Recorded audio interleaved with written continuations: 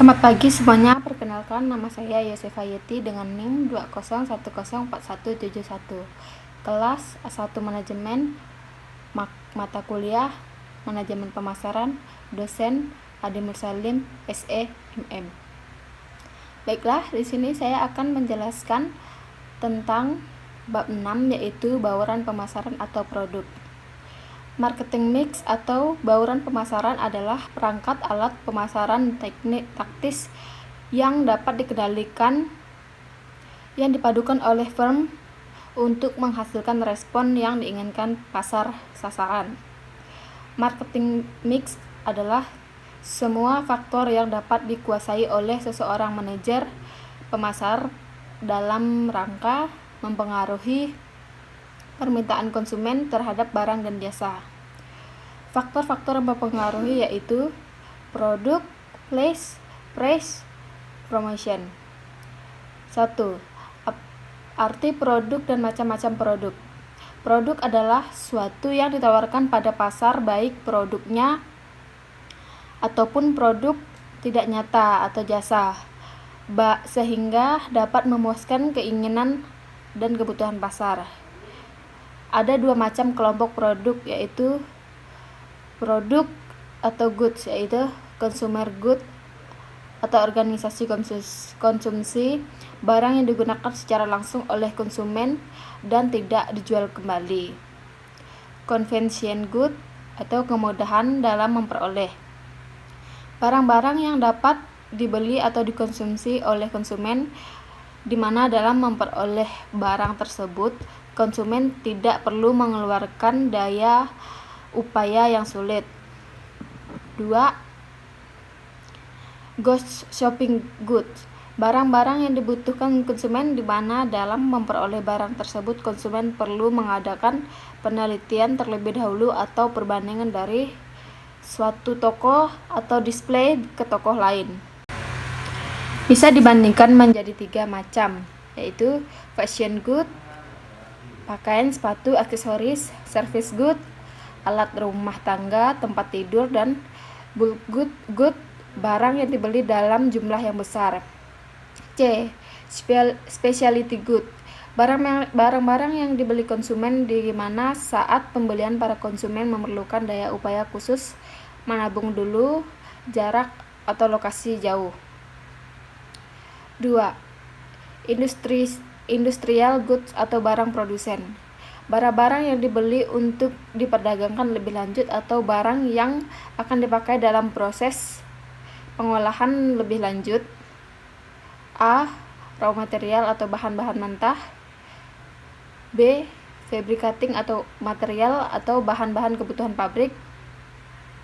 C. Operating supply atau bahan-bahan kebutuhan operasi. D. Instalasi atau peralatan yang vital. E. Accessories equipment atau peralatan tambahan. Ada beberapa macam perlakuan terhadap produk agar permintaan terhadap produk meningkat, antara lain 1. Packing, yaitu pengemasan atau pembungkusan barang-barang dengan tujuan melindungi barang agar tidak rusak dan tetap utuh. Contoh, TV dibungkus dengan kayu, karton, busa agar tahan goncangan. Packaging agar kemasan menarik, lucu, supaya konsumen berminat untuk membeli. Contoh, kue-kue, alat kecantikan, peralatan tulis dibungkus dengan unik.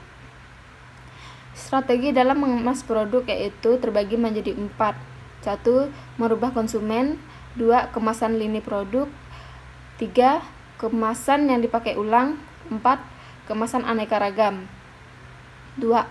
Branding name atau simbol yang digunakan pada suatu produk. Produsen dapat memperkenalkan produknya guna membedakan dengan produk lain. 3. Labeling, label adalah bagian dari sebuah produk yang membawa informasi verbal tentang produk atau tentang menjualnya.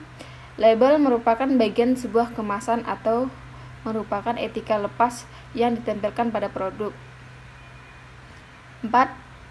Waranti atau garansi, suatu jaminan dari produsen bila barang-barang yang dibeli tidak sesuai dengan pesanan dan adanya waranti yang terbeli tidak sesuai dengan pesanan.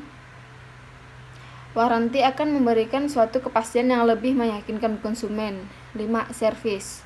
Suatu aktivitas yang ditawarkan pada orang lain atau konsumen dan tidak menghasilkan suatu kepemilikan. Materi yang kedua yaitu strategi pemasaran produk. 1. Produk line. Lini produk yaitu kelompok produk yang berhubungan dengan erat karena fungsinya serupa dijual kepada kelompok pelanggan yang sama dipasarkan lewat jenis toko yang sama atau masuk dalam kisaran harga yang sudah ada. 2. Produk development yaitu usaha yang direncanakan dilakukan dengan sadar untuk memperbaiki produk yang ada atau untuk menambah banyaknya ragam produk yang dihasilkan dipasarkan. Bentuk-bentuk produk development: initial development atau penyempurnaan produk, product improvement atau penyempurnaan produk, new use and applications, kegunaan baru dan aplikasi. 3. Produk diversification yaitu suatu perluasan pemilihan barang dan jasa yang dijualnya oleh perusahaan dengan jalan menambah produk baru ataupun memperbaiki tipe, warna, model, ukuran, jenis dari produk yang sudah ada dalam rangka memperoleh laba maksimal. Ada 2 jenis produk diversification. Divisi praktis: peningkatan jumlah, warna, model, ukuran, jenis. Divisi strategi: luas, produk yang sama sekali beda. 4. Produk life cycle yaitu daur hidup produk yang suatu grafik yang mengembangkan riwayat suatu produk sejak diperkenalkan ke pasar sampai dengan ditarik dari pasar. Tahap-tahap produk: tahap pengembangan produk, tahap pengenalan produk, tahap pertumbuhan produk, tahap kedewasaan produk, dan tahap penurunan produk. Pengembangan produk: ada 3 kategori produk, yaitu 1. Produk yang benar-benar inovatif dan unik yaitu sampai sekarang belum ditemukan padahal sangat dibutuhkan atau produk yang berbeda dari produk yang ada tetapi sama-sama memuaskan keinginan. Kedua, produk pengganti yang benar-benar berbeda dari produk yang ada. 3. Produk imitatif yaitu produk yang baru bagi perusahaan tertentu tetapi dalam pasar sudah bukan merupakan produk yang baru. Materi yang ketiga, arti jasa. Jasa adalah sebuah tindakan atau kegiatan yang dapat ditawarkan oleh satu pihak ke pihak lain yang ada dasarnya tidak mewujud dan tidak mengakibatkan kepemilikan apapun. Produksinya dapat dikaitkan pada suatu produk fisik. Tawaran perusahaan ke pasar biasanya mencakup beberapa jasa penawaran. Dapat dibedakan menjadi 5 kategori. 1. Barang berwujud murni, tidak ada jasa yang menyertai produk tersebut. 2. Barang yang berwujud disertai jasa. 3. Tidak terpisahkan, inseparability. Umumnya jasa dihasilkan dan dikonsumsikan secara bersamaan, tidak seperti barang fisik yang diproduksi, disimpan dalam persediaan dan didistribusikan lewat berbagai cara dan kemudian baru dikonsumsi. 4. Tidak dapat diwakili dan bervariasi, contohnya pelayanan. Kesehatan biasanya mempunyai dokter langganan. Suatu ketika dokter tidak ada pada saat pemeriksaan dan digantikan oleh suster atau dokter, maka ada sesuatu yang dirasa kurang memuaskan. 5. Mudah lenyap dan tidak tahan lama. Perishability. Materi yang keempat, strategi pemasaran jasa. Dengan mempertimbangkan karakteristik jasa di atas, maka ada beberapa strategi pemasaran yang dapat dilakukan perusahaan tersebut, antara lain: 1.